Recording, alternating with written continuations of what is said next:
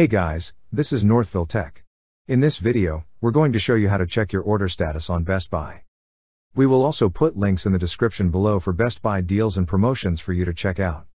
Also, don't forget to click subscribe and hit the notification bell to never miss out our future videos. To start, open the website bestbuy.com. Then click on the account option. A drop-down list will appear and you will see an option for Sign In. Click on Sign In. Now, sign in with your email address and password.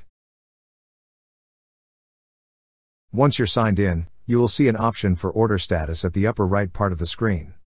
Click on Order Status. On the drop-down list, you will see the list of your orders. Click on Order Details under the order you wish to check the status. And now you will see the status of your order. And that's how you check your order status on Best Buy.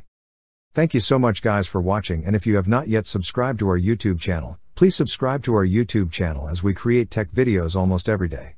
Also check out our website northvilletech.com for great tech articles, and our recommended resources in the description below for various sign-up bonuses.